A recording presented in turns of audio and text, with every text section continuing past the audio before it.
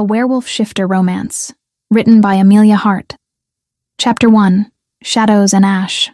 The castle stood silent under a moonless sky when Torsten arrived 3 days ahead of schedule. His patrol along the northern territories had concluded faster than anticipated. No signs of encroachment. No rival packs testing boundaries. The peace should have been comforting. But his wolf remained restless beneath his skin, pacing with an unease he could not name. Rather than wake the guards at the main gate, Torsten approached through the eastern path that led to the service entrance near the kitchens. His boots made no sound on the frost-hardened earth. Years of tracking prey had taught him how to move through darkness without disturbing it. The leather and furs he wore, traditional vestments of his position, carried the scent of pine smoke and winter wind. He was Alpha King, not merely lord of one pack, but sovereign over all shifter territories from the Iron Mountains to the coastal cliffs. At 32, he had held this authority for 5 years, ever since his father fell defending their borders. 3 years ago, he lost his Luna to an ambush. Since then, something vital had been missing, a hollowness that no amount of duty could fill. The kitchen door opened without resistance. He stepped into warmth and the lingering smell of bread baked hours earlier. The great hearth dominated one wall, its stones blackened by generations of use. Torsten expected emptiness at this hour, the hour between midnight and dawn, when even the most diligent servant slept. Instead, he found her. A young woman knelt before the hearth, her back to him as she scraped ash from the stones with methodical precision. She wore a simple dress of undyed linen, the fabric thin and worn, patched in several places. Her dark hair hung in a braid down her spine, strands escaping to frame a face he could only see in profile. She worked quickly, silently, as though afraid to disturb the night itself. Torsten recognized her immediately. Sable, daughter of Beta Ulrich, his father's most trusted advisor and now his own. He had seen her occasionally over the years, always in the background, always silent. She rarely attended gatherings, and when she did, she remained at the edges, eyes downcast. He realized with uncomfortable clarity that he knew almost nothing about her beyond her name and parentage. He took a step forward, intending to announce his presence rather than startle her. But the floorboard creaked beneath his weight. Sable's reaction was immediate and visceral. She jerked upright, spinning toward the sound. The movement pulled her dress tight across her shoulders, and the worn fabric tore further at the seam. The right side of her bodice fell away, exposing her shoulder and the upper curve of her back. What Torsten saw made his wolf surge forward with sudden, violent fury. Her skin was a landscape of brutality. Fresh welts, angry and red, crossed older scars that had healed white and raised. The pattern was unmistakable to anyone with military training. These were not accidental injuries. These were deliberate, systematic, administered with precision designed to cause maximum pain while avoiding permanent damage to vital areas. Sable gasped, her green eyes wide with terror as she recognized him. She grabbed at the torn fabric, trying desperately to cover herself, but her hands shook so violently she could barely hold it in place. "Your Majesty," she whispered, the words catching in her throat. She dropped into an awkward curtsy, wincing as the movement pulled at her injuries. "I did not know you had returned. I was just finishing the hearth before morning. I will leave at once." "Stop." Torsten's voice came out harder than he intended. His wolf was too close to the surface, responding to the scent of blood and fear that filled the small space. He forced himself to gentle his tone. "Stand up. Do not bow." She obeyed, but kept her eyes fixed on the floor. Her whole body trembled. The fear scent intensified, sharp and acrid. It made something twist painfully in his chest. "How did you get those marks?" he asked, though he already suspected the answer. The pattern was too familiar.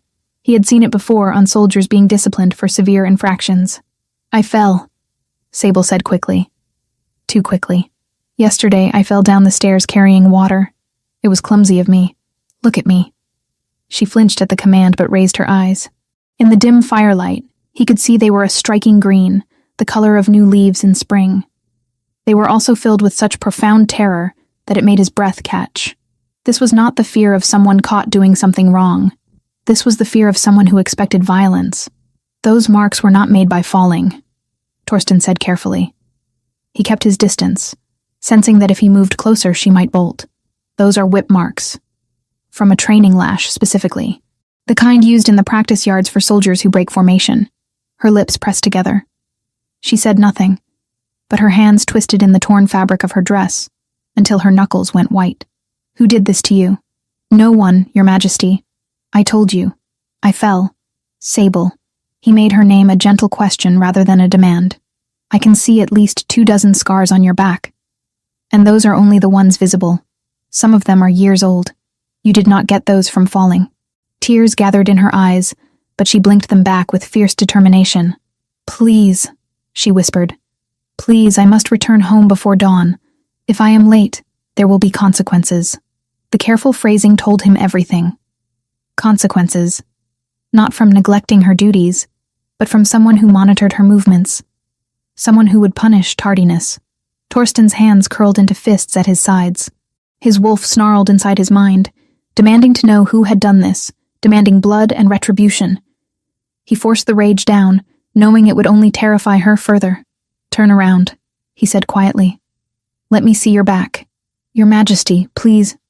That was not a request. She turned slowly, lowering the torn fabric completely. What he saw made his vision go red at the edges. The fresh welts were even worse than he had initially thought. Some had broken the skin, leaving thin lines of dried blood, but it was the older scars that truly horrified him. Layers upon layers of them, crisscrossing her entire back from shoulders to waist. Some were thin lines, others thick and ropey from improper healing. This had been happening for years. Many years. Who? The word came out as a growl. His wolf was too close now, pushing against his control. Tell me who did this. Sable's shoulders hunched inward, making herself smaller. I cannot. Cannot or will not. It does not matter. Her voice was barely audible. Please, Your Majesty, I am no one. I am less than no one. What happens to me is of no concern to anyone. I just need to finish my work and go home. Less than no one? Torsten moved closer, unable to stop himself. She tensed but did not flee. You are the daughter of my beta. You are a member of this pack. That makes you very much my concern. My father would not agree with that assessment. The words slipped out before she could stop them. Her eyes went wide with horror at her own admission. I did not. Understanding crashed over Torsten with sickening clarity. The military precision of the scars, the access to training weapons, the authority to discipline without question, the careful isolation that had kept her invisible for years. Beta Ulrich, her own father.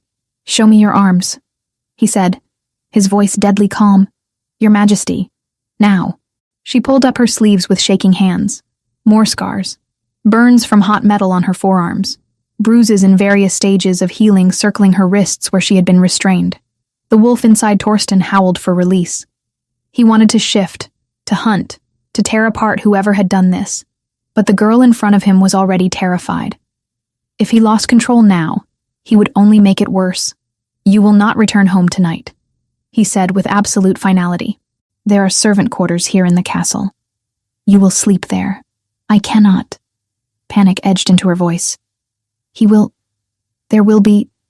Please, Your Majesty, you do not understand. I understand perfectly. Torsten met her eyes, letting her see the cold fury he felt. And I am telling you that you will not leave this castle tonight. That is a direct order from your Alpha King. Do you intend to disobey?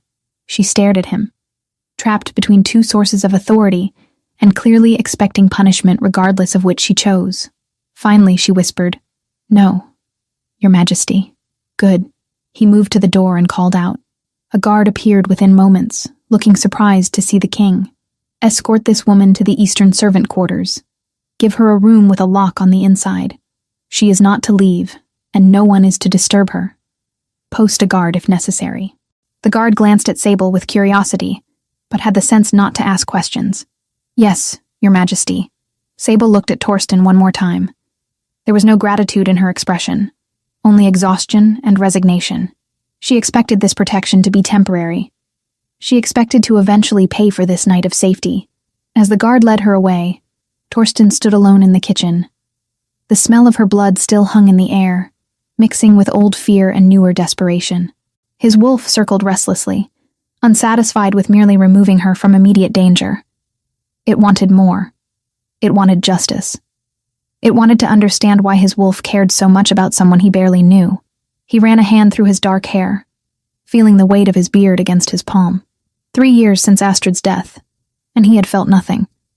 No interest in potential mates, no desire for connection. He had assumed that part of him had died with her. But standing in this kitchen, looking at the blood-stained ash where Sable had been working, he felt something stir. Not attraction. Not yet.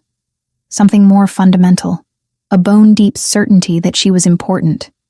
That what happened to her mattered in ways he could not yet explain. Dawn would come in a few hours. He needed to sleep, to think clearly before taking action. But he knew sleep would not come. Every time he closed his eyes, he would see those scars. Every time he breathed, he would smell that fear.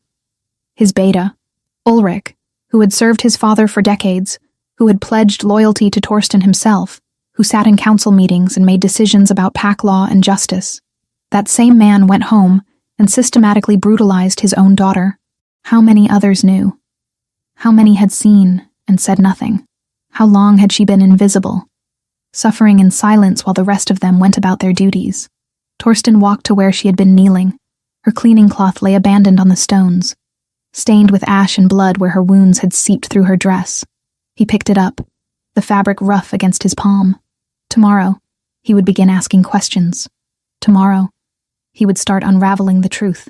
But tonight, he would stand here in this kitchen and acknowledge a fundamental failure.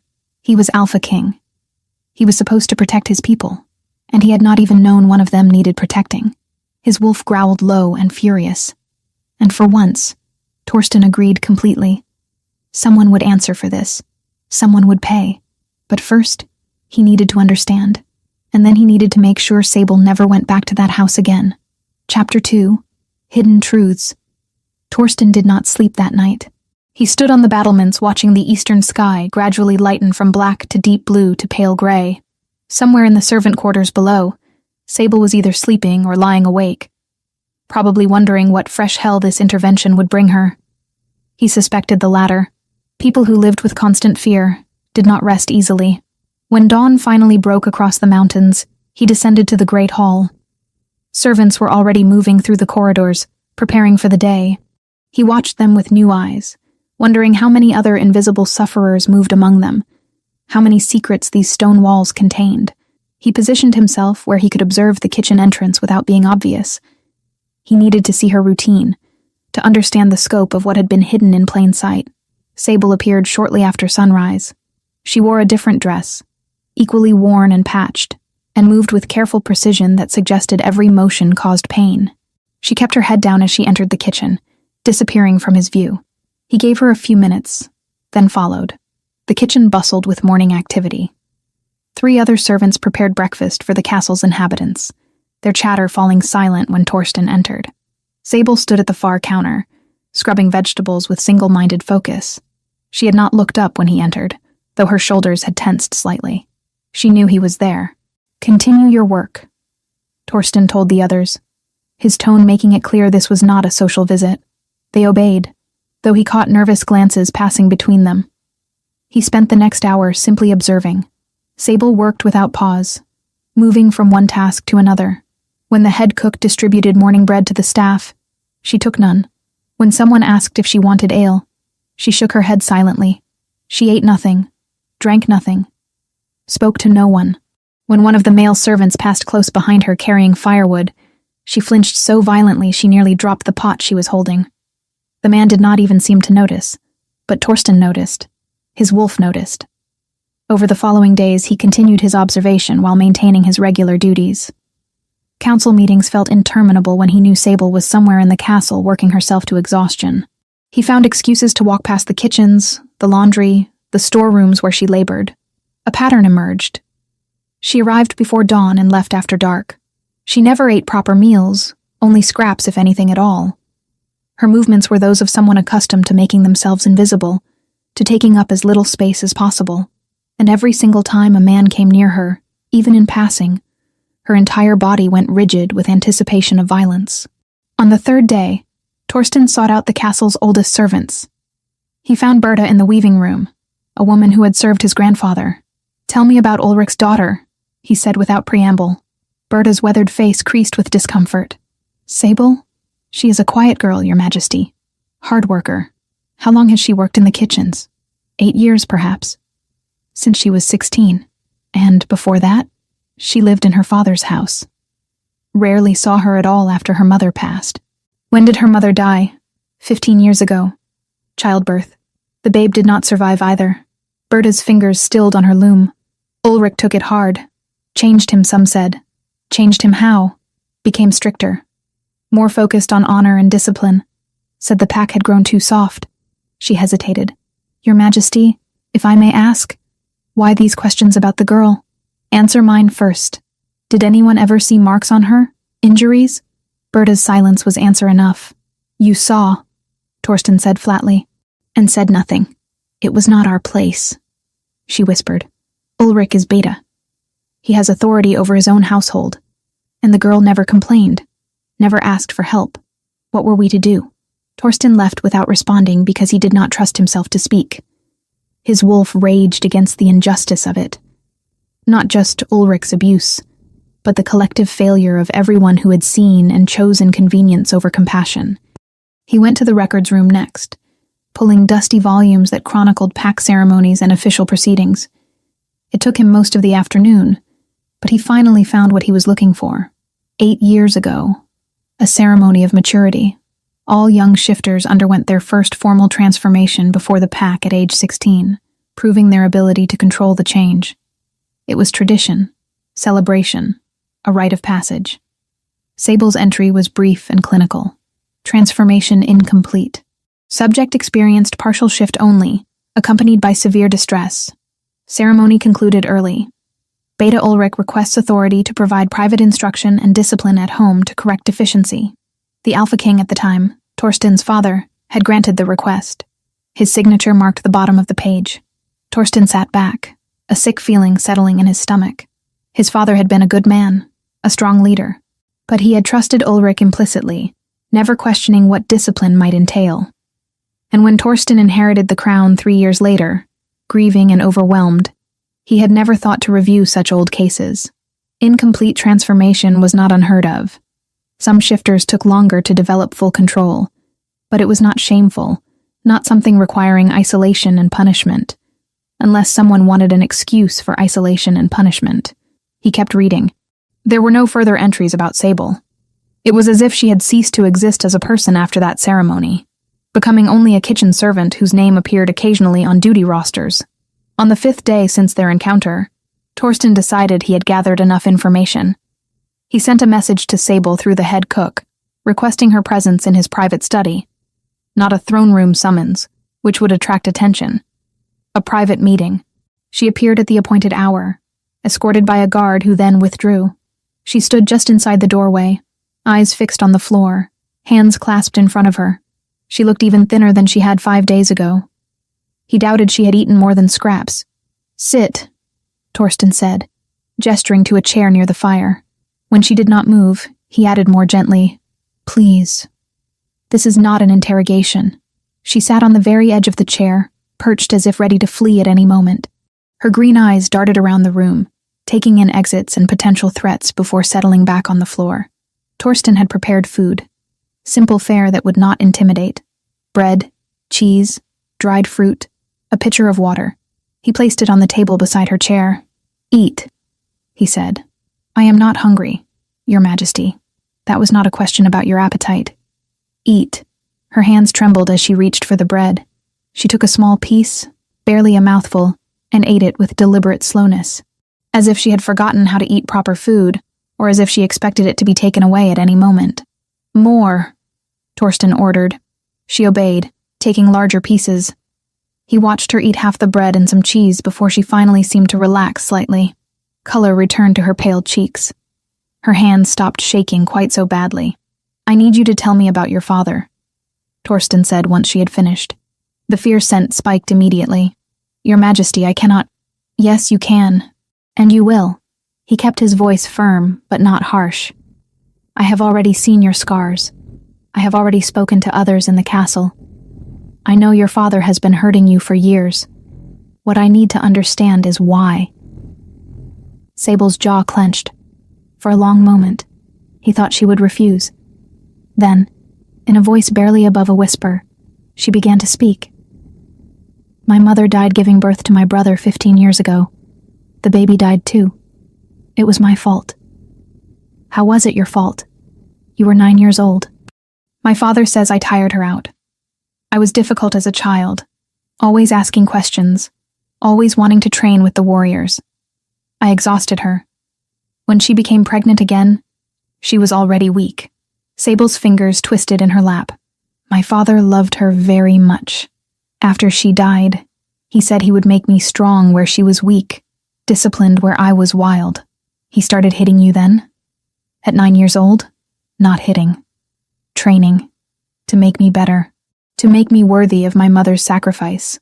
The words came out mechanical, rehearsed. How many times had she been told this? Until she believed it. But I kept failing. I was never good enough. Never disciplined enough. And then came my maturity ceremony. She stopped, her breathing becoming shallow.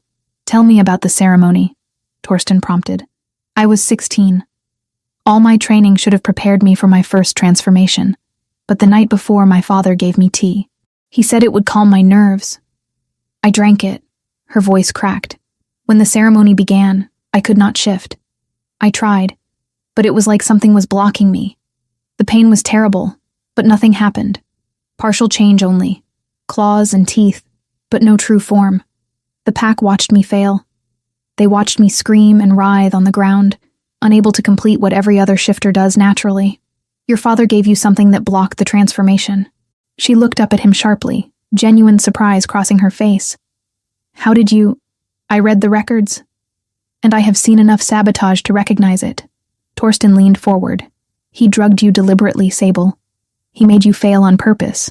No, but there was doubt in her voice now. He would not. Why would he do that? To give himself an excuse. A failed transformation meant you needed private discipline. It meant he could isolate you, control you, hurt you, all under the guise of correction. And no one would question Beta Ulrich's methods for dealing with his defective daughter. The words were harsh, but they needed to be said. She needed to hear the truth. Sable stood abruptly, her chair scraping back. I should return to my duties. Sit down. Your Majesty. Sit. Down. This time it was an alpha command, layered with power that made her wolf respond instinctively. She sat, but her whole body vibrated with tension. I am going to investigate this formally, Torsten said. I am going to bring your father before the council and present evidence of what he has done. And I am going to make sure he never touches you again. You cannot. Panic filled her voice. You do not understand what he is capable of. He is Beta. He has authority, respect, allies. They will never believe me over him. And when they do not, when you cannot prove anything, he will take me home and he will... She cut herself off, chest heaving. He will not take you anywhere. You are under my protection now. Protection. She laughed, a broken sound. For how long? A week? A month? Eventually, this will fade from your attention. You will have other matters to attend to. And I will still be his daughter, his property, his shame to correct as he sees fit. The resignation in her voice was worse than the fear. She truly believed nothing could change. Torsten rose and moved closer, crouching so their eyes were level. She tensed but did not flee. Listen to me carefully. I am Alpha King. What I say becomes law, and I am telling you that you are under my personal protection. You will not return to that house. You will not be alone with your father. You will not be hurt again. Do you understand? Why? The question was barely audible. Why do you care? I am no one. I am the broken daughter of your Beta. I have no value to anyone. You are a member of my pack. That gives you value. That gives you protection. He held her gaze. And what was done to you was wrong. It was evil, and I will not allow it to continue. Tears gathered in her green eyes but did not fall. You cannot promise that. Watch me. For the first time since he had met her, something other than fear crossed her face. Hope, perhaps, or the beginning of belief. It was fragile, easily shattered, but it was there. I need you to trust me, Torsten said quietly. Just for a little while. Can you do that? After a long moment, Sable nodded. It was a small movement, hesitant and uncertain. But it was agreement. Good. Then we begin tomorrow. I will convene the council. And this time, the truth will be heard. Chapter 3. The Reckoning. The council chamber felt colder than usual when Torsten entered the following morning. 7 members sat around the heavy oak table, their faces showing varying degrees of curiosity and concern at being summoned with such urgency. Beta Ulrich sat in his customary seat to the right of where Torsten would stand, his expression calm and unreadable. Torsten took his position at the head of the table, feeling the weight of the leather and fur mantle across his shoulders. His beard was freshly trimmed, his bearing that of absolute authority. This would be no casual discussion. This was judgment. I have called you here to address a matter of grave concern, he began, his voice carrying clearly through the stone chamber. A matter that touches on the very foundation of our laws regarding protection of pack members. The council members exchanged glances. Ulrich remained perfectly still, though something flickered in his eyes. Wariness, perhaps. 3 nights ago, I discovered evidence of systematic abuse against a member of this pack. Abuse that has continued for years, hidden from view, ignored by those who witnessed it. Torsten let the words settle. The victim is Sable, daughter of Beta Ulrich. The reaction was immediate. Gasps from some, shocked silence from others. Ulrich's face remained stone, but his hands gripped the armrests of his chair with whitening knuckles. That is a serious accusation, Your Majesty, said Councillor Brennus, an older wolf with silver threading his dark hair. What evidence supports such a claim? I have seen the evidence myself. Scars covering her back, arms, wrists, burns, welts both fresh and old, injuries consistent with prolonged, deliberate violence. Torsten pulled out the records he had found. 8 years ago, Sable underwent her maturity ceremony. The transformation was incomplete. Beta Ulrich requested permission to provide private discipline at home. My father granted that request. Since then, Sable has been isolated, working as a servant in our kitchens, while her father has used that failed ceremony as justification for years of brutality. She is clumsy, Ulrich said, his voice steady. Always has been. Falls frequently. I have tried to teach her grace, but she resists instruction. The marks on her back are from a military training lash. The pattern is unmistakable. Torsten's voice hardened. Do not insult this council's intelligence by claiming otherwise. Perhaps she requires strict discipline, offered Councillor Hakan, though he looked uncomfortable saying it. Some young wolves are more difficult than others. She is 24 years old, Torsten said. She has been receiving this discipline since she was 9, when her mother died. At what point does discipline become torture? Ulrich finally moved, rising from his chair with deliberate slowness. My daughter is weak. She has always been weak. Her mother spoiled her, made her soft. When my mate died bringing a son into the world, a son who did not survive, I was left with a daughter who had none of the strength her mother possessed. It became my duty to forge that strength, to make her worthy of the bloodline she carries. By beating her? Torsten asked quietly. By starving her? By teaching her that her only value lies in how well she can endure pain? I did what was necessary to prevent her from becoming a burden on this pack. Ulrich's composure began to crack, heat entering his voice. And I was proven correct. At her maturity ceremony, she could not complete a basic transformation. She writhed on the ground in front of the entire pack, humiliating herself in our family name. That failure proved she needed stronger measures. Tell me about the tea you gave her the night before the ceremony. Ulrich froze. It was only for a heartbeat, but everyone in the chamber saw it. What tea? He said carefully. The tea you gave her to calm her nerves. Her words. Torsten moved around the table, closing the distance between them. What was in that tea, Ulrich? Chamomile. Lavender. Herbs to help her sleep. I wonder what the royal healer would say if we asked her to examine your daughter. If we asked her to look for traces of blocking agents in her system. The kind of herbs that suppress the transformation. Torsten stopped directly in front of his beta. I wonder what she would find. The chamber went absolutely silent. Even the crackling fire seemed to quiet. You are suggesting, Ulrich said slowly, that I sabotaged my own daughter's ceremony? That is madness, is it? You wanted an excuse. A public failure that would justify taking her home, isolating her, controlling her completely. What better way than to ensure she could not transform? I would never. Ulrich's face flushed with anger. She failed because she is defective, because she is weak. I took measures beforehand to protect the pack from witnessing worse. I gave her suppressants to ensure that if she could not complete the transformation, at least she would not fully lose control and harm someone. I was protecting others from her inadequacy. The confession hung in the air like smoke.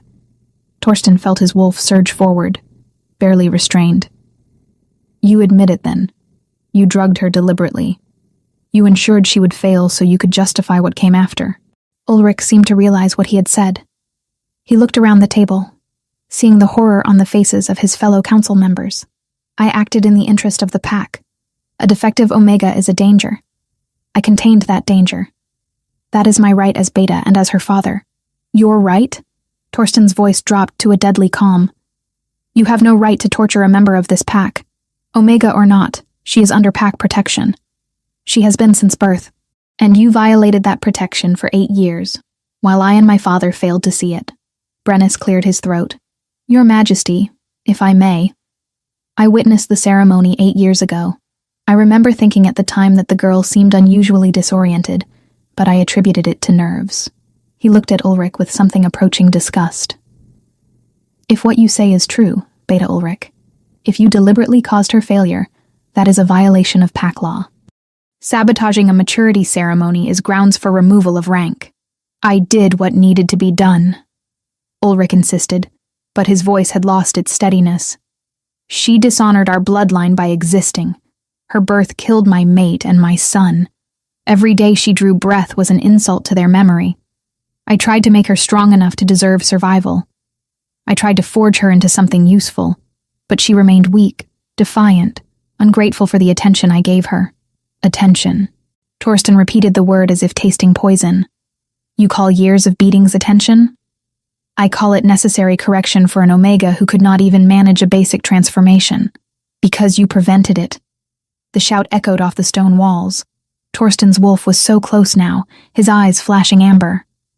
You destroyed her ability, and then punished her for the destruction. You blamed a child for her mother's death and spent 15 years making her pay for the crime of surviving. Another council member spoke up. Aldwin, who rarely contributed but whose opinion carried weight. I must confess something. 3 years ago, I saw the girl in the market. She was carrying supplies for the kitchens. Her sleeve had slipped, and I saw burn marks on her arms. When I asked about it, she claimed an accident with hot oil. I suspected otherwise, but Ulrich was Beta. His authority over his household was absolute.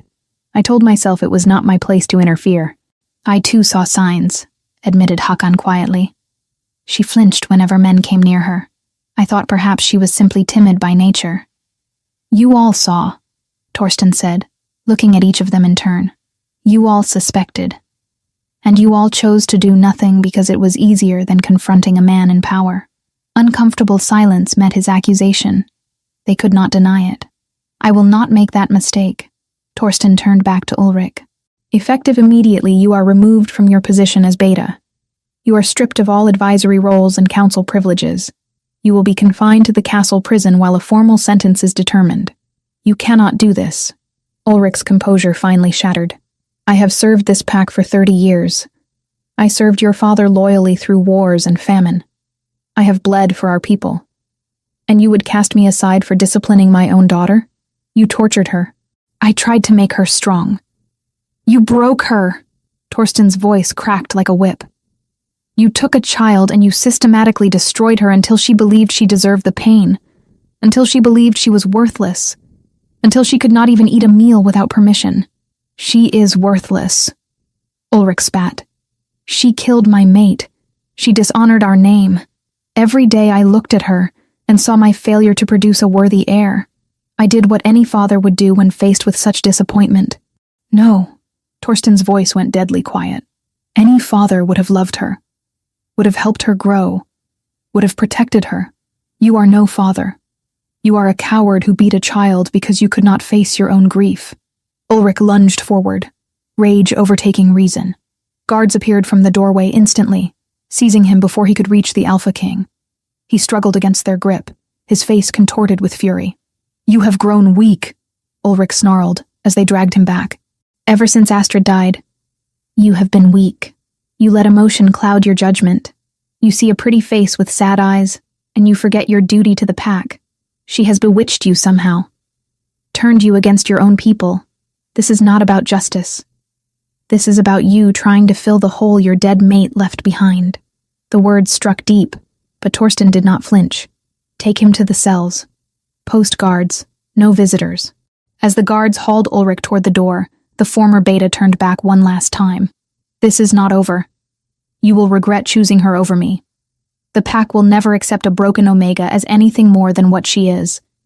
And when you finally see that truth, when you realize your mistake, it will be too late. The damage will be done. The door slammed shut behind him, cutting off whatever else he might have said. Torsten stood in the sudden silence, feeling the eyes of the council on him. Does anyone else wish to voice objections to my decision? No one spoke. Good. Then we are adjourned.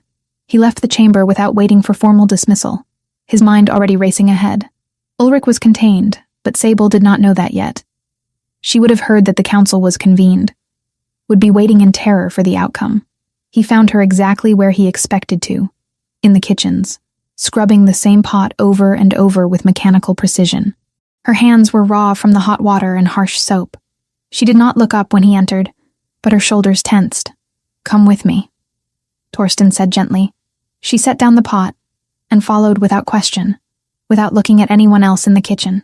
They walked through corridors until they reached a section of the castle she had likely never entered, the residential wing where higher-ranking pack members lived.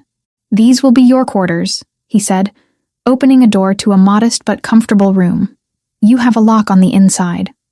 2 guards will be posted in the hallway at all times. No one enters without your permission. Sable stood in the doorway, staring at the room as if it were a trap. What happened at the council? Your father confessed. He admitted to sabotaging your transformation ceremony. He is being held in the cells pending formal sentencing. Her legs seemed to give out. She caught herself against the door frame, breathing hard. He will kill me. When he gets out, he will kill me. He will not get out. Not for a very long time. Torsten moved closer but maintained distance. You are safe now. Why? The question came out broken. Why are you doing this? I am nothing. My father is right. I am worthless, broken, a shame to our bloodline. Why would you risk his anger? Risk the council's disapproval? Risk political complications for someone like me? Torsten had asked himself the same question throughout the sleepless nights. He still did not have a complete answer. But he had part of one. Because you are my responsibility, he said quietly. Because I failed you. And I will not fail you again. Because what happened to you was wrong. And I have the power to make it right. She looked at him then, really looked at him. And he saw the desperate hope warring with years of learned helplessness in those green eyes. I do not know how to be safe, she whispered. Then I will teach you. Chapter 4. Healing Wounds. The room felt too large. Sable sat on the edge of the bed, hands folded in her lap, staring at walls that held no memories of pain. Clean linens, a window with actual glass, a hearth with wood already stacked beside it. Luxury beyond anything she had known in 8 years. She did not sleep that first night. Every creak of settling wood made her jump. Every footstep in the corridor sent her heart racing. The lock on the inside of the door felt like a lie. Locks could be broken. Doors could be forced. Safety was an illusion that would shatter the moment she let herself believe in it. Dawn came eventually. With it came a knock at her door, gentle but firm. Sable? A woman's voice, aged and kind. I am Marin, the castle healer. The Alpha King has asked me to examine you, if you will allow it. Sable opened the door slowly. The woman standing there had white hair braided in the traditional style. Deep lines around eyes that held both wisdom and warmth. She looked familiar, though Sable could not place why. I knew your mother, Marin said softly, as if reading her thoughts. You have her eyes. May I come in? Something about the mention of her mother made Sable step aside. Marin entered, carrying a worn leather bag that smelled of herbs and healing salves. I will need to see the injuries, Marin said, setting her bag on the table. I promise to be gentle, and you may tell me to stop at any time. No one had ever asked Sable's permission for anything before. The novelty of it made her throat tight. She removed her dress with trembling hands, standing in only her thin undergarments. Marin's sharp intake of breath was the only sound for several long moments. "Sweet ancestors," the healer whispered. She moved closer, professional detachment warring with obvious horror. "Child, how long has this been happening?" 15 years. Sable's voice came out hollow. "Since my mother died." Marin's hands were gentle as she examined each scar, each burn, each place where skin had healed wrong from lack of proper treatment. She said nothing, but Sable saw tears gathering in the old woman's eyes. "The Alpha King wants to know about the transformation blocking," Sable said quietly. "Can you tell? Let me check." Marin pulled out several small vials from her bag, mixing herbs with practiced efficiency. "Drink this. It will make any foreign substances in your blood glow under moonlight." Sable drank the bitter mixture. Marin led her to the window where morning sun was just beginning to brighten the sky. She held Sable's wrist up to the light, examining the veins carefully. "There," Marin breathed. "Do you see that faint gray tinge? That is wolfsbane residue. Not the killing kind, but the suppressing kind. In your system for years, I would guess. Enough to damage your connection to your wolf without killing you outright. My father gave me tea," Sable heard herself saying, "almost every night. He said it would help me sleep, help me think clearly. It was poisoning you." Marin's voice shook with anger. "Slowly, carefully, keeping you weak and disconnected from your wolf. I suspect he increased the dose before your maturity ceremony to ensure complete suppression. Can it be fixed?" "Yes, but it will take time. Months of treatment to purge the toxins and rebuild your connection. Teas, purification rituals, meditation to reconnect with your inner wolf." Marin squeezed her hand gently. "It will not be easy, but you are stronger than you know." Sable wanted to laugh at that. Strong. She had spent 15 years being broken and had never once fought back. As if sensing her thoughts, Marin added, "Survival is its own kind of strength. You endured what would have killed weaker souls. Now we teach you to thrive." Over the following days, Marin came every morning and evening. She brought salves for the scars, teas for the poison, and something Sable had forgotten existed: gentle conversation. Marin spoke of her own daughter, long since moved to a southern pack. She spoke of the weather, of castle gossip, of nothing and everything. She treated Sable like a person, not a problem to be corrected. The physical wounds began to heal. The emotional ones would take longer. Torsten visited every afternoon, always at the same time, always knocking first. At first, Sable could barely look at him. He was Alpha King. He had saved her, protected her, destroyed his own beta for her sake. The debt felt crushing. "You do not owe me anything," he said one afternoon, as if reading her mind again. They sat in her room, a careful distance between them. "This is not a transaction." "Then why?" she asked, the question that had haunted her since that first night. "Why risk so much for someone like me?" Torsten was quiet for a long moment. 3 years ago I lost someone. My Luna, Astrid. We were patrolling the northern borders when we were ambushed by a rival pack. I was separated from her during the fighting. By the time I found her," he stopped, jaw clenching. "I was too late. I have carried that failure with me every day since." "I am sorry," Sable whispered. "I tell you this because I understand guilt. I understand carrying weight that does not belong to you. Your mother's death was not your fault, Sable. Your father's cruelty was not your fault, and you do not deserve to punish yourself for surviving." The words cracked something inside her. Tears came before she could stop them, silent and overwhelming. Torsten did not try to touch her, did not offer empty comfort. He simply sat with her while she cried for the first time in years.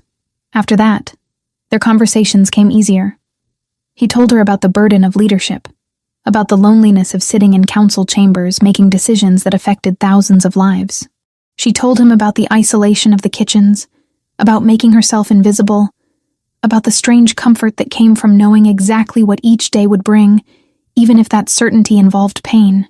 "You liked the predictability," Torsten said, understanding in his voice. "At least I knew what to expect. Now everything is uncertain.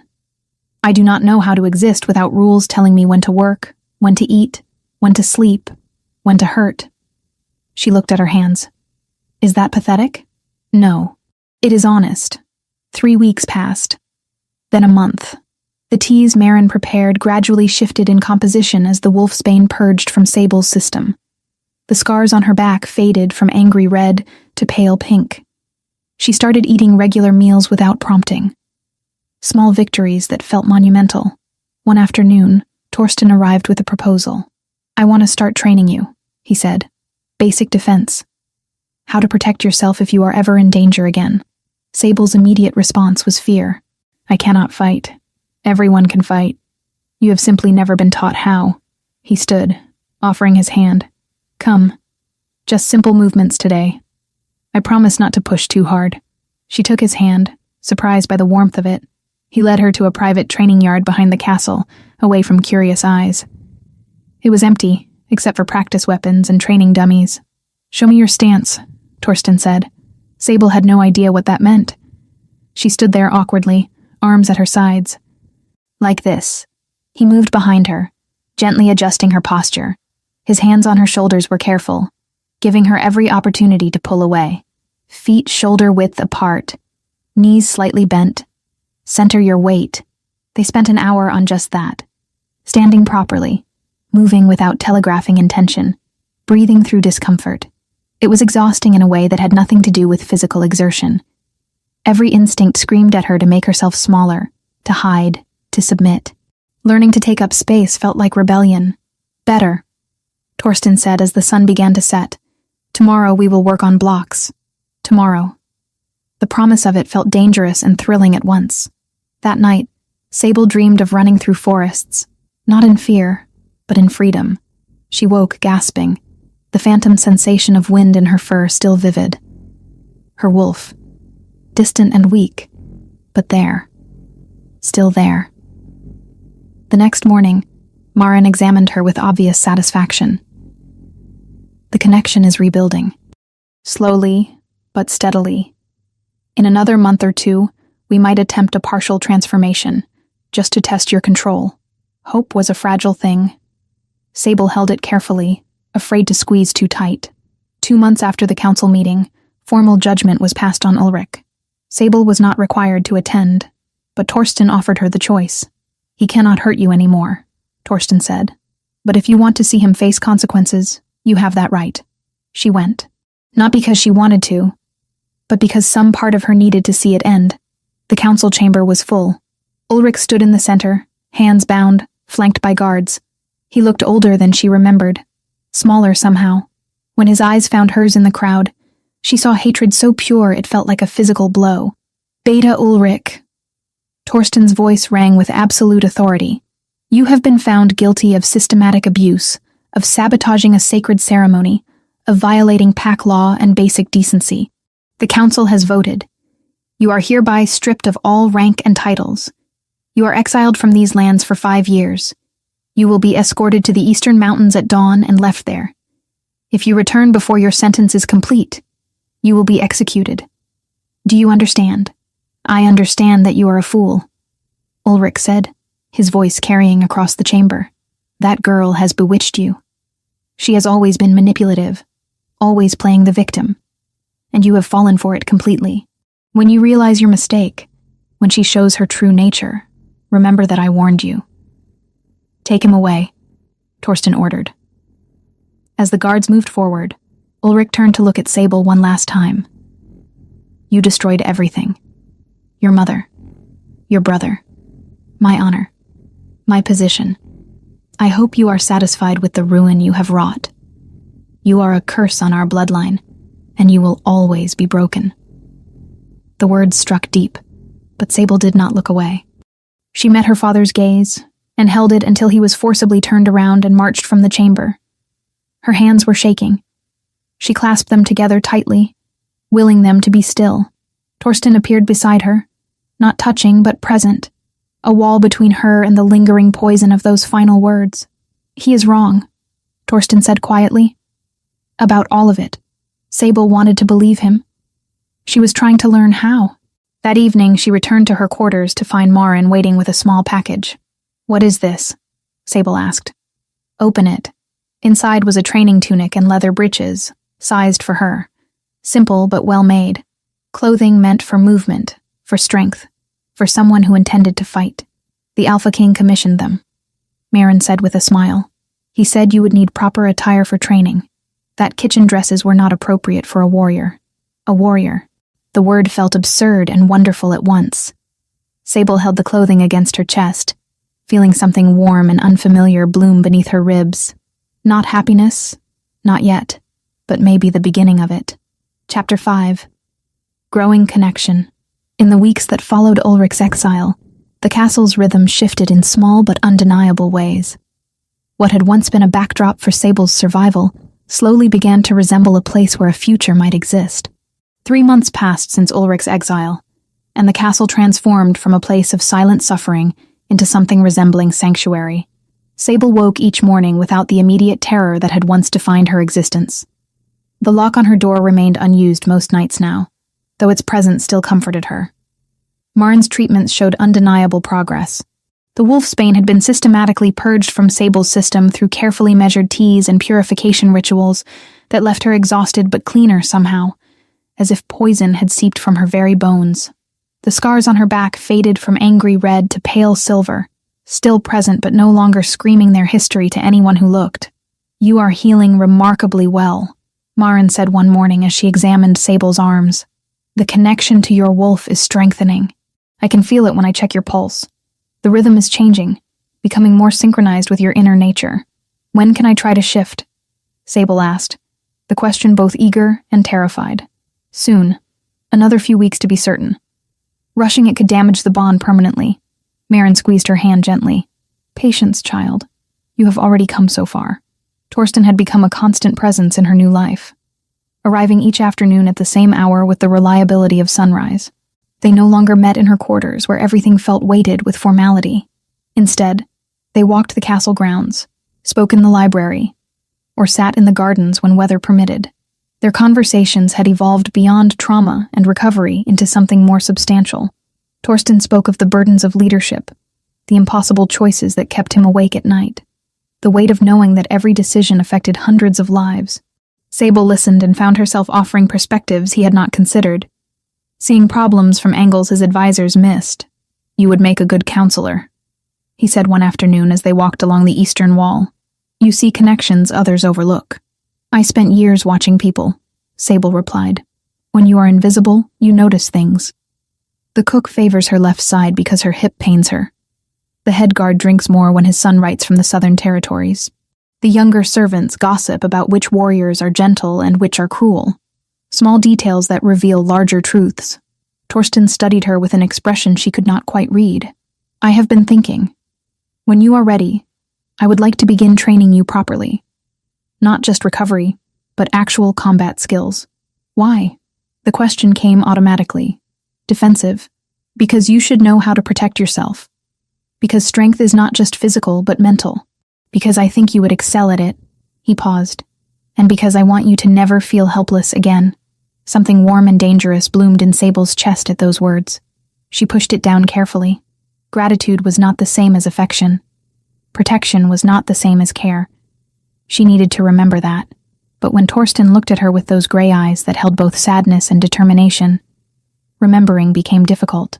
Training began the following week in a private section of the practice yards, where they would not be observed by curious warriors.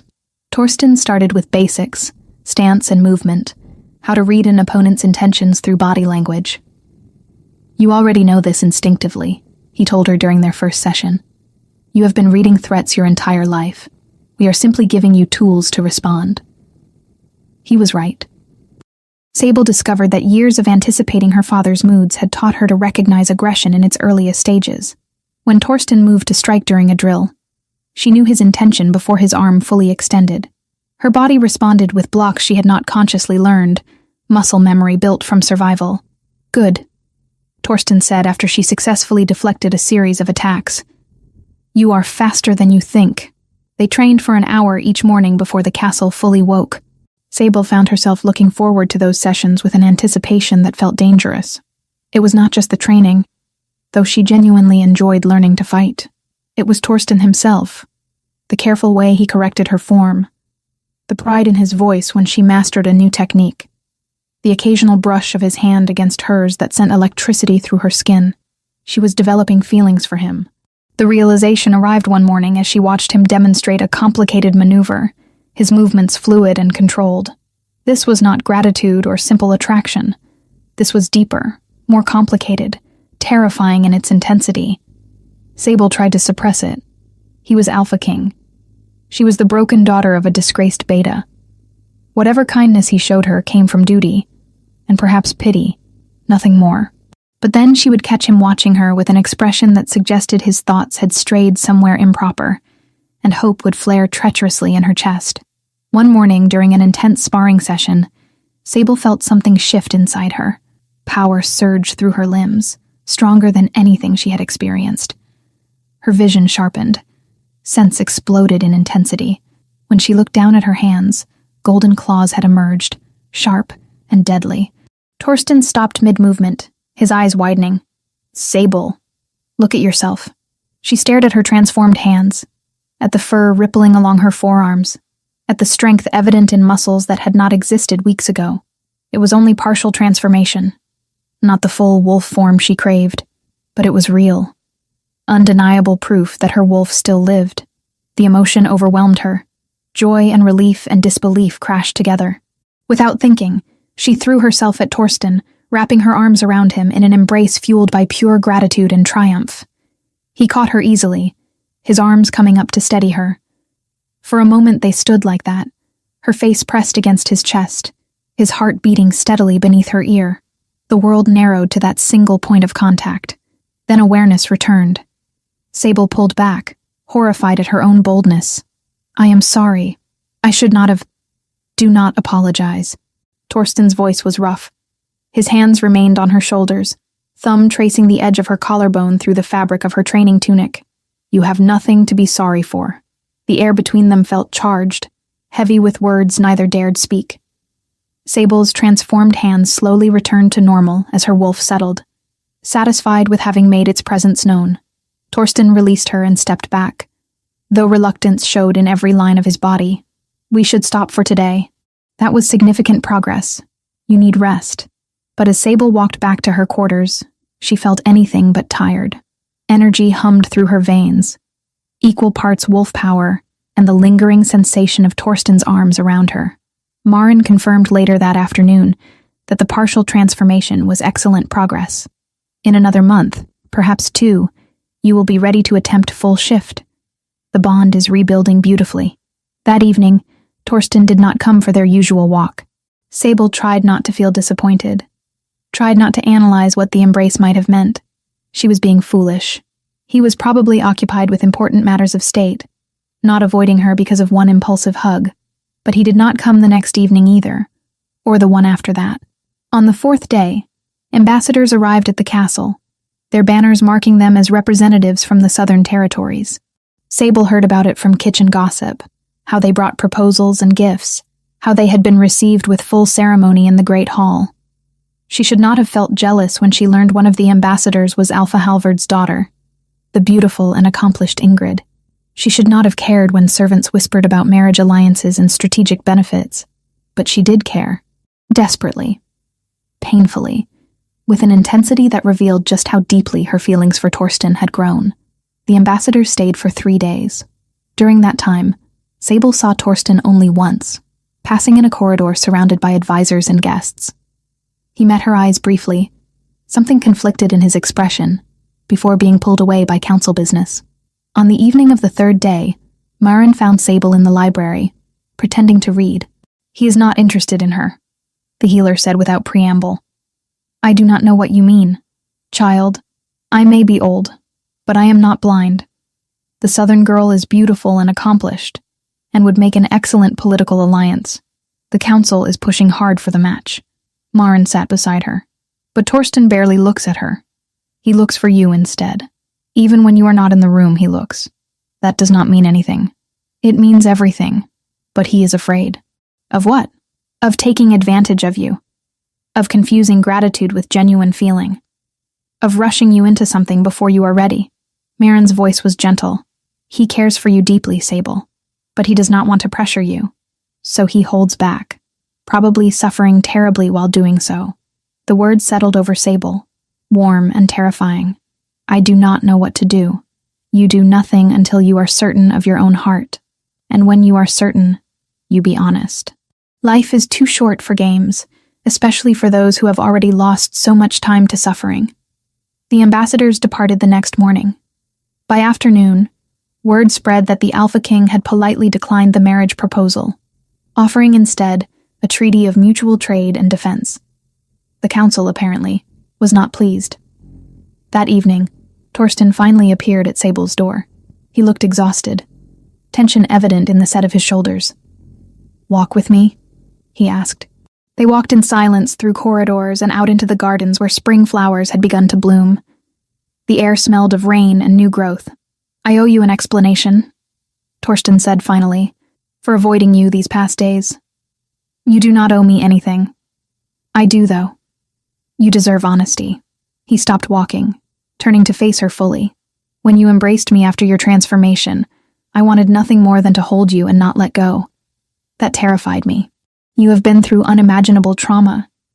The last thing you need is pressure from me, from someone in a position of power over you. You have never pressured me," Sable said quietly. "But I want to. That is the problem. I want to court you properly, to see if what I feel is real and lasting, but I am afraid of my own intentions, afraid that I am taking advantage of your vulnerability, afraid that you feel obligated because I protected you." Sable's heart hammered in her chest. "What do you feel?"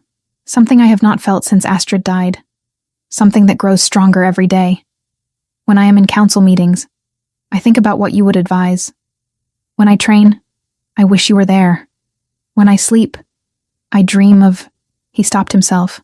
"It does not matter what I feel if you are not ready, if you do not feel the same." The vulnerability in his voice undid something in Sable. This was not the Alpha King speaking. This was simply Torsten, a man who had lost love and found it again in the most unexpected place. "I thought I was alone in this," she whispered. "I thought you saw me as a responsibility. Something broken you needed to fix. You were never broken. Hurt, yes. Treated abominably, absolutely, but never broken." He took a careful step closer. "Sable, I am asking your permission to court you properly. Not as king to subject, but as one person to another. If you need time, I will wait. If you do not want this at all, I will accept that, and never mention it again." Sable looked at him. At this man who had saved her life, and then taught her to save herself, who had been patient when she expected violence, who looked at her as if she mattered. The answer came easily. "Yes," she said. "I want that." The smile that broke across Torsten's face was worth every moment of uncertainty. He reached for her hand, and this time when their fingers interlaced, it felt like a beginning, rather than an ending. Chapter 6. Blood and Resolve. The message arrived on a gray morning 2 weeks after Torsten and Sable had begun their courtship. A messenger from the Northern Territories, mud-splattered and exhausted, delivered it directly to the Alpha King during breakfast in the Great Hall. Torsten read it once, his expression darkening with each line. Then he read it again, jaw clenching. "What is it?" Sable asked quietly.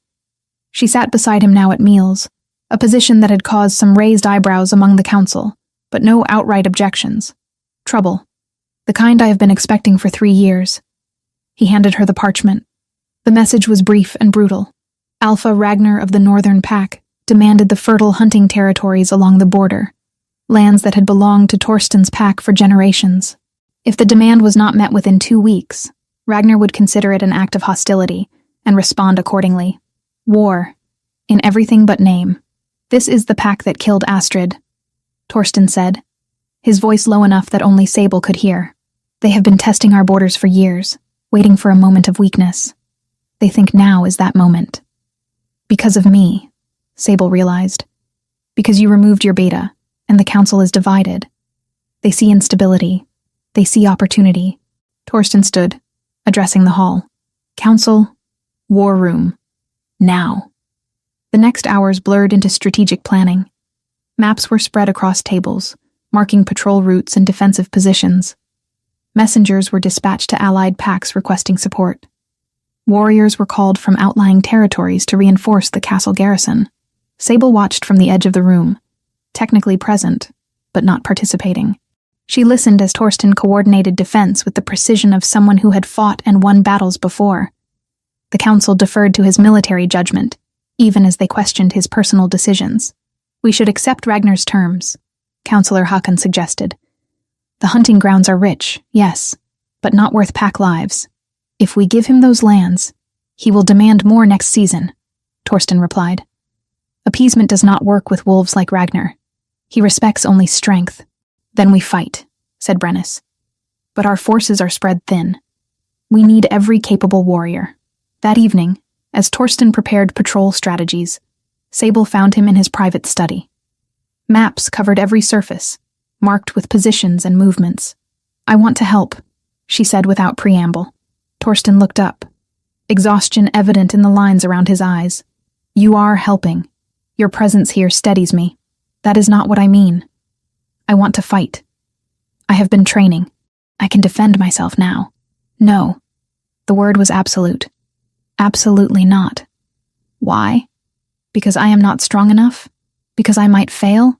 Because I cannot lose you. The admission came out raw. Torsten set down the map he had been studying. I have already lost one person I cared about to Ragnar's pack. I will not risk you the same way. You do not have the right to make that choice for me. Sable's voice remained steady despite her racing heart. I am not a fragile thing to be protected anymore. You have spent months teaching me to be strong. Let me be strong. Being strong does not mean throwing yourself into danger unnecessarily. And being cautious does not mean hiding from every threat. She moved closer.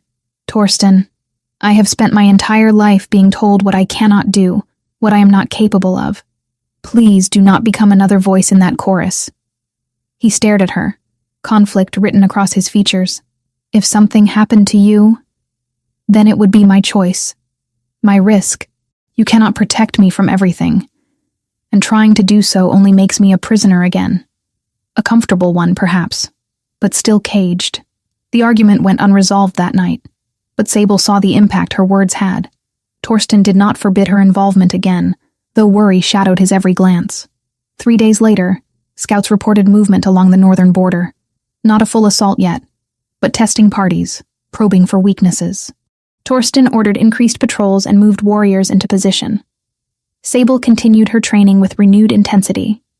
Maren had declared her ready to attempt full transformation, and they scheduled it for the following evening. But Sable felt the shift building inside her even without ritual preparation. Her wolf paced restlessly, sensing the approaching conflict, eager to prove itself. The attack came suddenly, violently, and not where anyone expected. Torsten had been conducting a nighttime patrol of the eastern perimeter, accompanied by 6 warriors. Standard procedure, following routes that had been safe for months. But Ragnar's forces had been watching, learning, waiting for exactly this kind of predictable movement. The ambush struck a mile from the castle. 5 warriors against Torsten's 7. They came from the forest in coordinated silence, aiming to kill or capture the Alpha King before reinforcements could arrive. Sable had been restless that night, pacing her quarters when she should have been sleeping. Something felt wrong, a prickling unease she could not name. When distant sounds of combat reached the castle, faint but unmistakable, she was already moving. She ran through corridors, ignoring startled servants, grabbing a guard's sword as she passed. The eastern gate stood open, warriors pouring out toward the sound of fighting. Sable followed, her heart hammering, her wolf surging forward with sudden clarity. She should not have followed. She had promised to stay safe.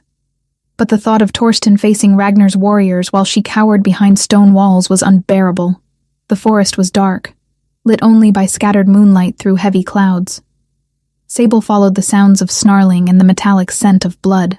Her eyesight sharpened impossibly. Her hearing caught nuances she had never noticed before. Her wolf was rising, responding to danger and desperation. She found them in a clearing torn apart by combat. Bodies lay scattered, some moving, and some terribly still. Torsten fought in full wolf form, massive and dark-furred, his gray eyes burning with fury. He had already killed 2 attackers, but 3 more circled him, coordinating their strikes with practiced precision. One lunged. Torsten twisted, catching the wolf by the throat and throwing it aside, but the maneuver left him exposed. Another attacker dove for his flank, jaws aimed at the vulnerable space between ribs. Sable did not think. She ran forward, sword raised, and drove the blade into the attacking wolf's shoulder. It howled and turned on her, rage and pain making it sloppy. She dodged its strike, using techniques Torsten had drilled into her during countless training sessions. Power exploded through her body. Bones cracked and reformed, muscles tearing and rebuilding. The sword fell from hands that were no longer hands. Her vision went gold, her senses overwhelming in their intensity. She shifted. Fully, completely, for the first time in her life. The wolf that emerged was smaller than the males surrounding her, but fast and dark-furred with distinctive silver markings along her flanks. She felt whole in a way she had never experienced, her human consciousness melding perfectly with her wolf's instincts. The wounded attacker hesitated, surprised by the sudden transformation. Sable used that hesitation. She lunged, going for the throat, her teeth finding purchase. Hot blood filled her mouth. The attacker collapsed. Torsten had frozen mid-strike, staring at her with shock and something that might have been pride. The remaining two attackers took advantage of his distraction, one landing a solid bite on his shoulder. The fury that filled Sable was primal and absolute. These wolves had tried to kill Torsten, had succeeded in killing Astrid 3 years ago, had come here tonight planning murder and found resistance instead. She threw herself at the nearest attacker, moving with speed she had not known she possessed. Her smaller size made her harder to catch, her newfound strength surprising opponents who expected weakness. She fought with the desperation of someone who had survived 15 years of brutality and refused to be made a victim again. The fight lasted minutes that felt like hours. When reinforcements finally arrived, drawn by the sounds of battle, they found 4 enemy wolves dead and 2 fleeing into the forest. Torsten stood over Sable's wolf form protectively, his shoulder bleeding but his stance defiant. "Take the wounded back to the castle," he ordered in human voice, having shifted back. "Double the patrols." This was a targeted attack. Sable tried to shift back, willing her human form to return. It took longer than the initial transformation, her wolf reluctant to retreat after such triumph. But eventually she managed it, collapsing naked and shaking in the torn grass. Someone threw a cloak over her. Torsten knelt beside her, his hands gentle as they checked for injuries. "You should not have followed," he said. But there was no anger in his voice, only wonder and lingering fear. "You could have been killed. So could you." Sable's voice was hoarse. "I told you I wanted to help.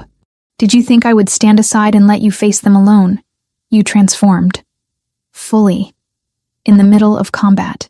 He brushed dirt from her face. "Do you understand how incredible that is? How much control that requires?" She had not thought about it during the fight, too focused on survival. But now, feeling her wolf settled comfortably inside her, connected and whole, she realized the magnitude of what she had done. "I saved you," she said simply. "You did." Torsten helped her stand, supporting her weight when her legs threatened to give out. And now every warrior here witnessed it. They saw you fight. They saw you win. The implications of that settled slowly. She was no longer the broken girl hidden in the kitchens. She was a warrior who had defended her Alpha King in combat. The pack would have to acknowledge her now, whether they wanted to or not. As they walked back toward the castle, surrounded by warriors whose respect showed in their careful distance and averted eyes, Sable felt something shift. Not just in her relationship with Torsten, though the way he kept her close suggested that had deepened as well, but in her understanding of herself. She was not helpless. She was not worthless. She was dangerous when provoked, capable when challenged, and strong in ways that had nothing to do with physical power alone. Ragnar had meant this attack as a display of dominance. Instead, he had given Sable the opportunity to prove herself not just to the pack, but to herself. The night was far from over. Wounds needed tending. Strategies needed adjustment. Responses needed planning. But as Torsten's hand tightened on hers, both of them bloodied and exhausted, but alive, Sable felt something she had never expected to feel again. Victory. Chapter 7. Trials of Fire. The attack changed everything. Within days, word spread through the territories that Sable, daughter of the disgraced Beta Ulrich, had transformed fully during combat and fought alongside the Alpha King against northern invaders. The story grew with each telling, some versions more accurate than others, but all carrying the same essential truth.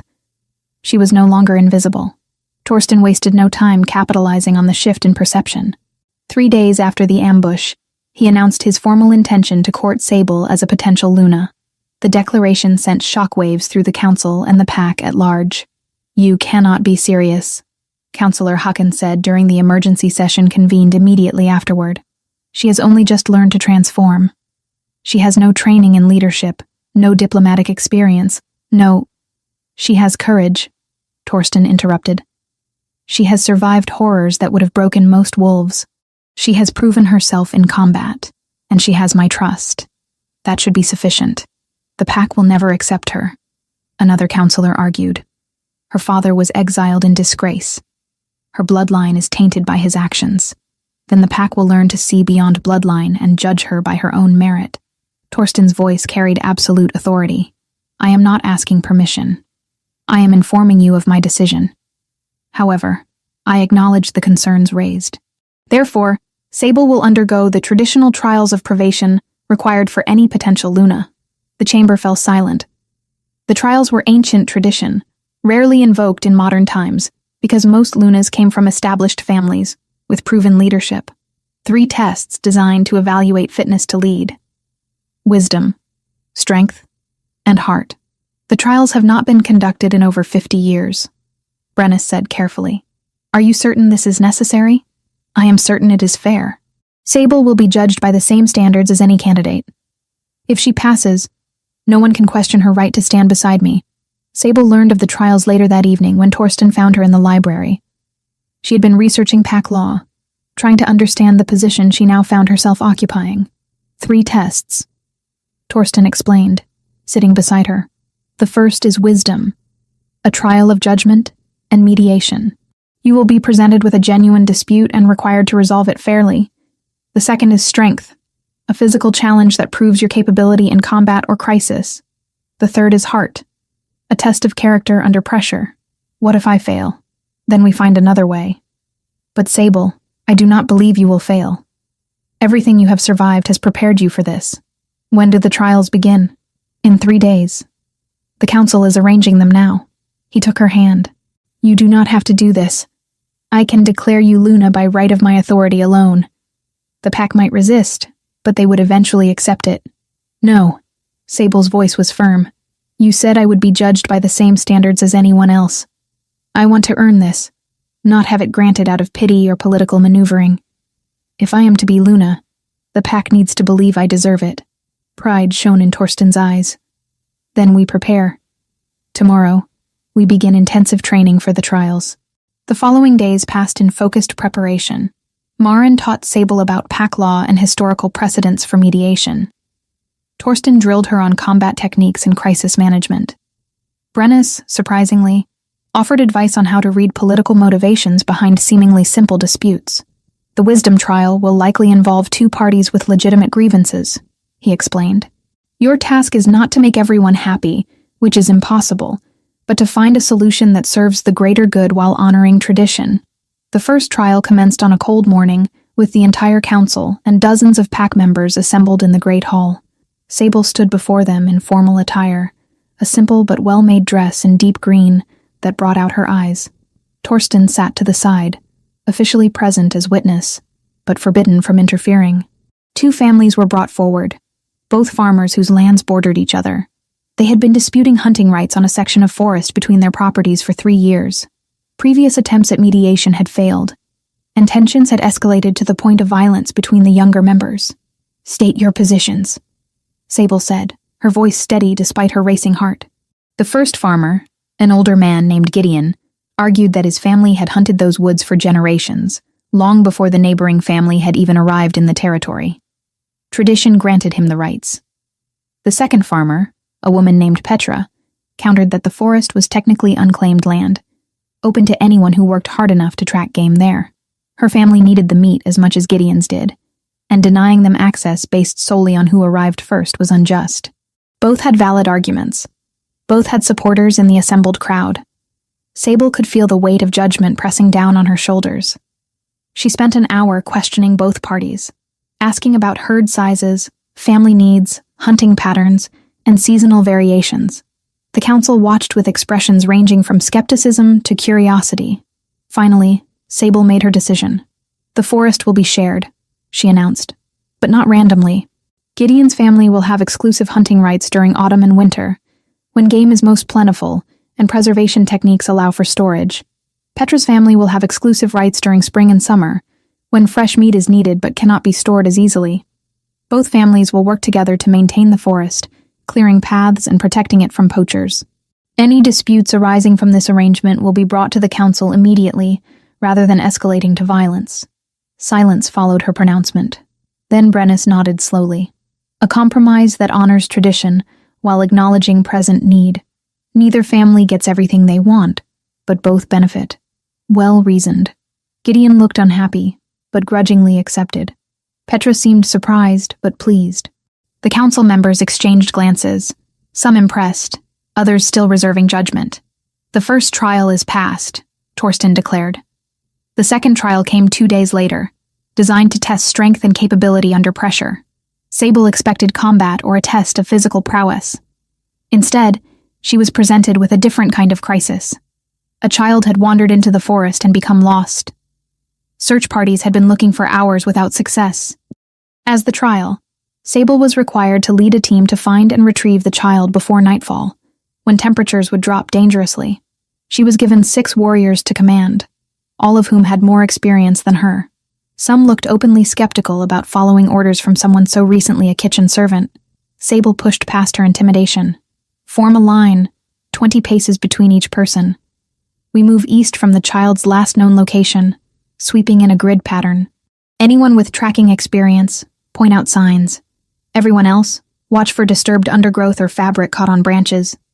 We move quickly but thoroughly. Understood? They moved out, following her instructions with varying degrees of enthusiasm.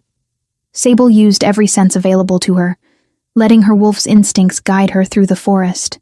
She noticed details others missed. A small footprint in mud, a broken twig at child height, the faint scent of fear carried on the wind. 2 hours into the search, she found the trail. The child had wandered east, then doubled back north, probably disoriented. She redirected the search party, pushing them hard. They found the girl just before dusk, cold and frightened, but unharmed. Huddled beneath a fallen log, Sable approached slowly, speaking gently, her own memories of fear making her careful not to frighten the child further. "You are safe now," she said, wrapping her cloak around the shivering girl. "Let us get you home." The warriors who had doubted her carried new respect in their eyes as they returned to the castle. The child's parents wept with gratitude. The council acknowledged her success. "The second trial is past," Torsten said, his pride evident despite the required neutrality.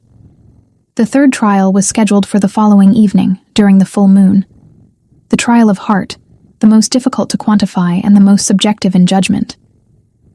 Sable waited in her quarters as the sun set, trying to calm her racing thoughts.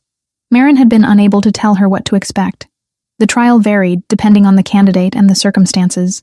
When the summons came, it was not to the great hall, but to the courtyard. The council waited there in the moonlight, their expressions grave. Torsten stood with them, but something in his posture screamed alarm. "For your final trial," Brennus announced, "you must face a truth from your past. You must confront your greatest fear and prove that you have conquered it." 2 guards stepped forward. Between them, bound and furious, was Ulrich. Sable's world narrowed to that single figure, her father, who had beaten her for 15 years, who had poisoned her, who had destroyed her childhood and nearly destroyed her future. The man she thought safely exiled far away. He was intercepted attempting to return, Brennus explained. He violated his exile and was captured 3 days ago. "We have been holding him for this purpose. You are using him as part of my trial?" Sable could barely form the words. "Your greatest fear has always been your father. The trial requires you to face him, to show that you have moved beyond the power he held over you." Brennus gestured to the guards. "You will fight him one-on-one. Defeat him, and you pass. Fail, and you are deemed unworthy." "This is barbaric," Torsten growled, taking a step forward. "She should not have to." "It is tradition," another counselor interrupted. "The trial of heart requires facing one's deepest fear. For Sable, that fear has a name and a face." Ulrich's eyes locked on Sable, burning with hatred and something worse. Satisfaction. He had been given one final chance to hurt her, sanctioned by the very council that had exiled him. "Look at you," he said, his voice dripping contempt. "Playing at being strong, playing at being worthy, but I see the truth. You are still that pathetic child who cowered in the corner while I administered correction. You are still weak, still broken, still mine." The words struck like physical blows. Sable felt herself shrinking, old patterns of fear rising automatically. Then she looked at Torsten, saw the faith in his eyes, the absolute certainty that she could do this. She looked at Maren, at the warriors who had fought beside her, at the child she had rescued who watched from her mother's arms. She was not that cowering child anymore. She had survived, had healed, had transformed. She had fought enemies in the forest and won. She had made decisions that affected lives, and made them wisely. "I am not yours," Sable said quietly. "I never was. You do not own me. You do not control me. You are nothing but a bitter man who mistook cruelty for strength and pain for discipline." "Then prove it," Ulrich snarled. "Fight me. Show everyone what you are really made of." The guards released him. He shifted immediately, his wolf form large and scarred from years of battle. He lunged without warning, going straight for her throat. Sable shifted in response, her transformation faster now, smoother. Her smaller wolf form dodged his attack, using speed where he had strength. She remembered every lesson Torsten had taught her, every technique drilled into muscle memory. The fight was brutal, but brief. Ulrich fought with the confidence of someone who had dominated her entire life. But Sable fought with something stronger than confidence. Purpose. She was not fighting to kill him. She was fighting to prove she could. Fighting to show that his power over her had ended. She got him on the ground, jaws at his throat, one killing bite away from ending him forever. The courtyard held its breath. Sable released him and stepped back, shifting to human form. Someone threw a cloak over her shoulders. "I could kill you," she said, looking down at her father who lay bleeding and defeated. "I have the strength, the skill, and every justification, but I choose not to. Not because you deserve mercy, but because I refuse to let you make me into someone who kills out of vengeance. You taught me cruelty. I choose compassion. You taught me hatred. I choose to be better." She turned to the council. "Exile him permanently, beyond the northern mountains where no pack will shelter him. Let him live with the consequences of his actions, but I will not be his executioner." Silence. Then Brennus stepped forward, his aged face showing something that might have been awe. "The third trial is past. By showing mercy to one who showed you none, you have proven the greatest strength of all, the strength of character." Chapter 8. Crown of Silver and Starlight. The ceremony took place beneath the full moon 3 weeks later, when preparations were complete, and the pack had gathered from every corner of the territories. The courtyard had been transformed into something ancient and sacred. Torches burning in a circle around a raised stone platform that had witnessed countless bonding ceremonies over generations. Sable stood in her chambers as the sun set, staring at her reflection in the polished bronze mirror. The dress Maren had commissioned was unlike anything she had ever worn. Deep forest green with silver threading that caught the light. Leather accents at the shoulders and waist in the warrior tradition. Sleeves that left her scarred arms visible rather than hidden. A statement that she was both leader and survivor, both gentle and fierce. "You are ready," Maren said, adjusting the final details. The healer's eyes were suspiciously bright. "Your mother would be so proud of you, child. I wish she could see this. You knew her well? I delivered you into this world 24 years ago. I saw how much she loved you, even in those final moments." Maren squeezed her hand. "She would have fought armies to see you safe. Instead, you fought your own battles and won. That is a different kind of strength, but no less powerful." A knock at the door announced Torsten's arrival. He wore formal leathers and furs, his dark hair braided in the traditional style, his beard trimmed close. But it was his eyes that held Sable's attention, gray and warm, and filled with an emotion that made her breath catch. "The pack waits," he said, offering his hand. "Are you certain?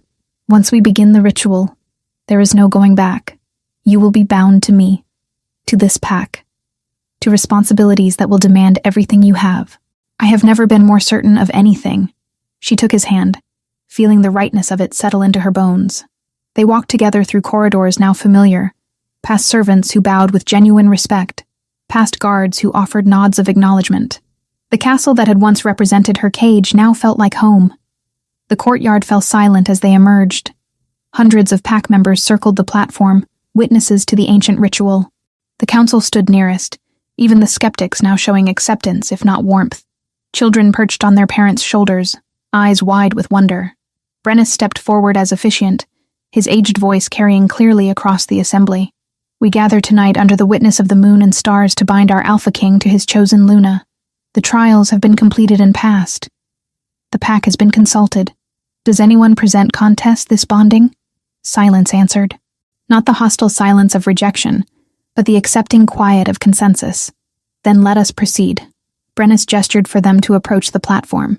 The ceremony followed traditions older than the castle itself. Torsten and Sable knelt facing each other, hands clasped between them.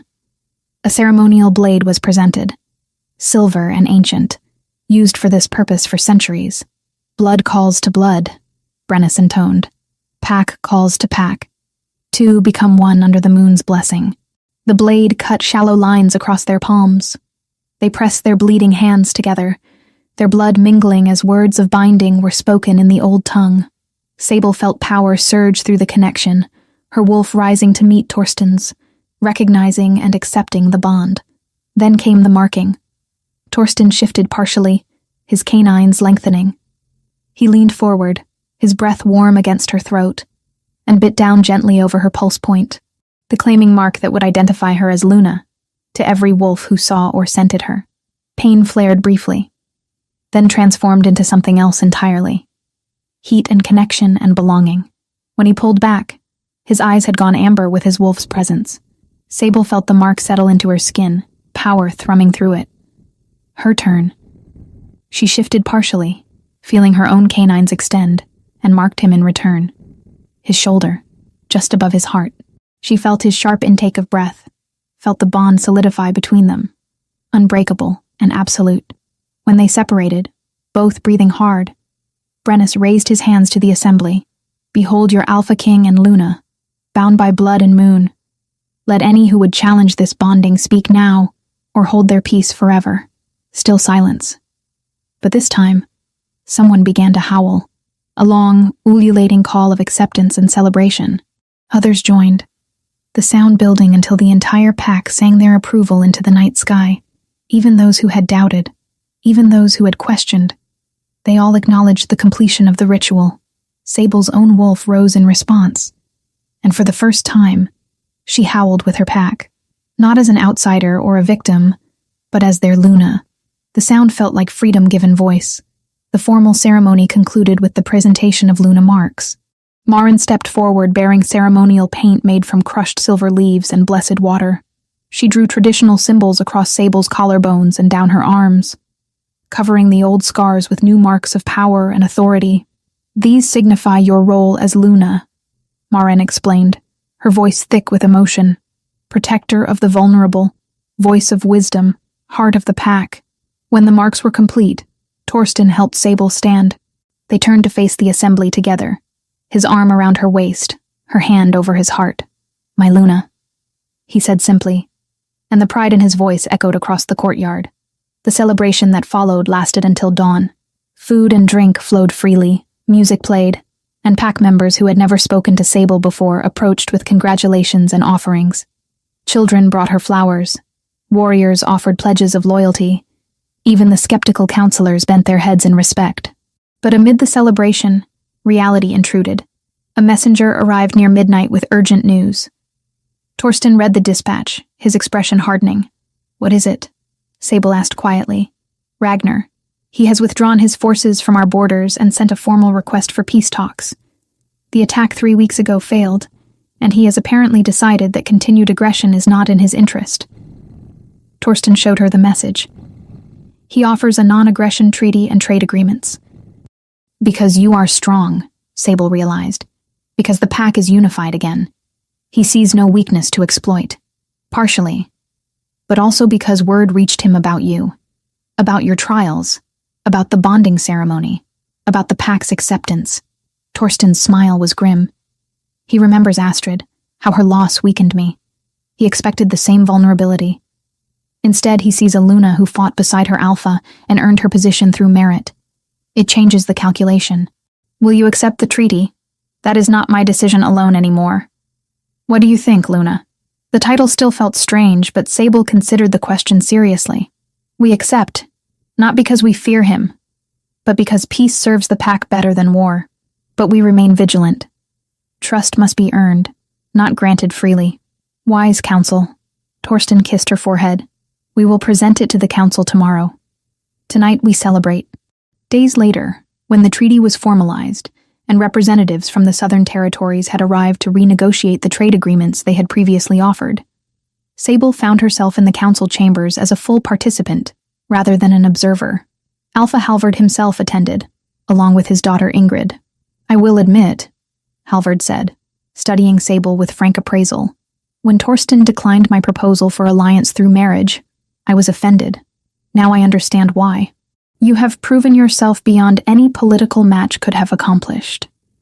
Ingrid, surprisingly gracious, added, the stories of your trials have spread through all the territories. You have become something of a legend. The Luna who rose from nothing to stand beside the Alpha King. I did not rise from nothing. Sable corrected gently. I survived trauma, yes, but I am not defined solely by suffering. I am defined by what I chose to do afterward, by the strength I found within myself, with help from those who believed I was worth saving. Halvard nodded slowly. You have wisdom beyond your years. I am pleased to offer formal alliance between our territories, not through marriage, but through mutual respect and shared interest. The treaty was signed that afternoon, witnessed by both councils. What Ragnar's aggression had failed to destroy, diplomacy and demonstrated strength had secured. Weeks passed into months. Sable grew into her role as Luna, discovering talents she had not known she possessed. She mediated disputes with fairness that earned respect. She trained young warriors, teaching them that survival required more than physical strength. She established safe places within the castle for those suffering abuse, ensuring no one else would endure what she had endured in silence. Torsten watched her with undisguised admiration as she transformed not just herself, but the pack's entire approach to protecting its vulnerable members. The laws he implemented at her suggestion became models that other territories began adopting. You have changed everything, he told her one evening, as they stood on the battlements watching the sunset. Not just for me, but for all of us. We changed everything. Sable corrected, leaning into his warmth. You saved me first. You taught me I could be more than what I had been told I was. And you taught me that strength is not the absence of fear or pain, but what you do despite them. Marin appeared in the doorway behind them, her expression carefully neutral, but her eyes twinkling. Your Majesties, the Council requests your presence. There are new proposals to review regarding the expansion of the protection laws to outlying villages. Duty called, as it always would. But as Sable walked beside Torsten through the castle they now ruled together, she felt only gratitude for the path that had led here. From kitchen servant to Luna. From broken girl to powerful woman. From invisible to essential. The scars on her back would never fully disappear. The memories of 15 years of abuse would always lurk in dark corners of her mind. But they no longer defined her. They were part of her story. Yes, but not the conclusion. She had survived. She had healed. She had found love and purpose and belonging. And now, she would ensure that others found the same. That night, as the full moon rose silver and bright over the castle, 2 wolves ran through the forest together. One large and dark, one smaller with distinctive silver markings. They ran not from danger, but toward freedom, their howls blending into a song of triumph and joy. The Alpha King and his Luna. Partners in every sense. Leaders of a pack that had learned to see strength in unexpected places, and value resilience as highly as any bloodline. And in the castle behind them, in quarters that had once housed a terrified servant girl, a single candle burned in the window. A light in the darkness, a beacon for those still suffering, a promise that change was possible. The end.